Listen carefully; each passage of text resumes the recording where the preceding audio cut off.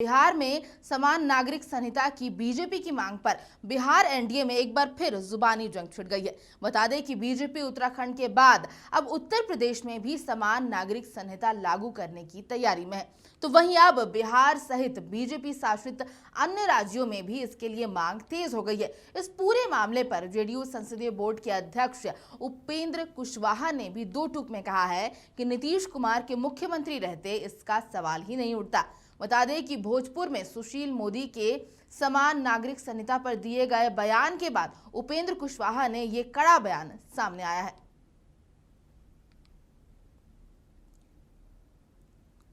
तो एक बार फिर से समान नागरिक संहिता को लेकर के यहां पर बवाल खड़ा हुआ दिख रहा है और बिहार में भाजपा और जेडीयू में जो है इसको लेकर के बयानबाजी फिर से शुरू हो गई है, जहां पर उपेंद्र कुशवाहा ने दो टूक में ये कहा है कि जब तक नीतीश सरकार है, नीतीश कुमार है, इस ऐसी कोई भी चीज़ नहीं हो सकती है। और बीजेपी की बात करें तो जितने भी बीजेपी शासित राज्य हैं वहां पर समान नागरिक संहिता को लेकर के मांग जो है अब वो जोर पकड़ने लगी है।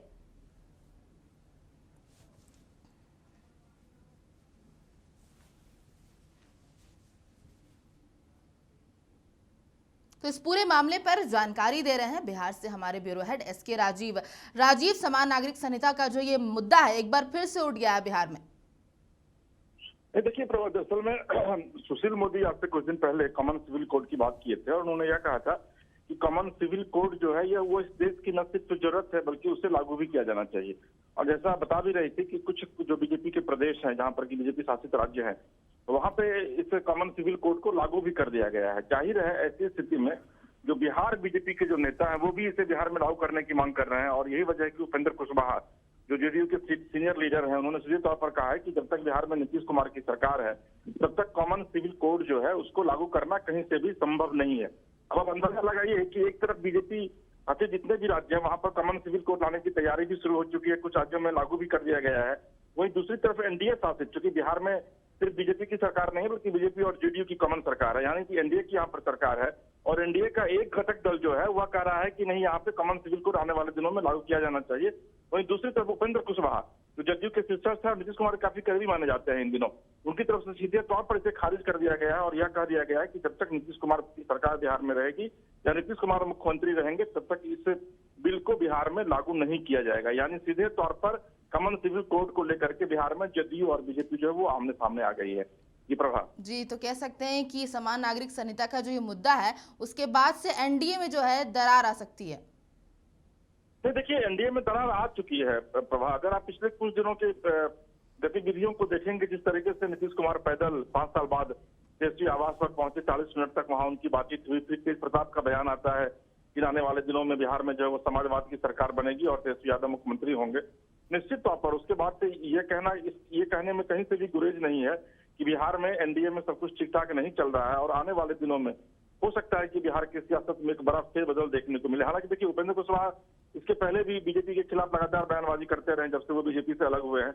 उनकी बातों को कितनी गंभीरता से सरकार लेगी या फिर कितनी गंभीरता से बीजेपी लेती है ये सबको पता है, लेकिन ये इतना तय है कि इसी बहाने बिहार में जो है वो जदयू और बीजेपी अब आमने सामने आ गई है और आने वाले दिनों में अब देखने वाली बात यह होगी कि उपेंद्र कुशवाहा के इस बयान के बाद बीजेपी जो है वो क्या रिएक्ट करती है। जी प्रभा। राजीव, अगर इस घटना को, अगर बिहार की राजनीति को इस तरीके से देखें कि जब से नीतीश कुमार राबड़ी देवी के आवास पर इफ्तार पार्टी में शामिल हुए उसके बाद से भी कुछ जो राजनीतिक रिस्पॉन्स है इसको लेकर के वो कुछ अलग अलग नजर आ रहा है। नहीं देखिए प्रभा, अब नीतीश कुमार के चरित्र को समझना बड़ा मुश्किल है। अब आप अंदाजा लगाइए कि 22 तारीख को देर शाम जो है वो नीतीश कुमार पैदल अपने सीएम हाउस से राबड़ी आवास पहुंचते हैं, वहां पर 40 मिनट तक रुकते हैं, साथ में राबड़ी, मीसा भारती, तेज प्रताप, तेजस्वी और आरजेडी के तमाम नेता वहां पर मौजूद रहते हैं। फिर तेज प्रताप का बयान आता है और उसके ठीक दूसरे दिन सुबह में जब अमित शाह 10:30 बजे पटना पहुंचते हैं तो नीतीश कुमार पटना एयरपोर्ट पर उनके साथ रहते हैं। अमित शाह के साथ वो एक ही गाड़ी में बैठते हैं, फिर लॉन्ज में जाते हैं, लॉन्ज में जाकर के कुछ उनकी इंटरनल जो है वो बातें होती है। तो नीतीश कुमार के पॉलिटिक्स को समझना बड़ा मुश्किल है, लेकिन ये इतना तय है कि बिहार में सरकार जो है जो अभी चल रही है, लगभग 18 महीने हुए हैं इस सरकार को, आने वाले दिनों में ये अपना कार्यकाल पूरा कर पाएगी या नहीं कर पाएगी इस पर संशय जरूर दिख रहा है। लेकिन अभी फिलहाल संजय झा जो नीतीश कुमार के काफी करीबी हैं, बिहार में इरिगेशन मिनिस्टर, उनका कल बयान आया था और उन्होंने सीधे तौर पर कहा था कि नहीं, 5 साल बिहार में सरकार पूरी करेगी और नीतीश कुमार बिहार के मुख्यमंत्री रहेंगे। देखिए इसके भी कई मायने हैं। अगर वाकई में अगर 5 साल सरकार पूरा करेगी तो फिर नीतीश कुमार मुख्यमंत्री का आवाज छोड़कर अपने पीछे बंगले में क्यों चले जाते हैं? इस तरह के कई सवाल हैं जो इन दिनों बिहार की सियासत में तैर रहे हैं। हालांकि आने वाले दिनों में वक्त किस तरफ करवट बदलेगा ये तो वक्त को ही पता है, लेकिन इतना तय है कि बिहार की सियासत में इन दिनों सब कुछ ठीक ठाक नहीं चल रहा है।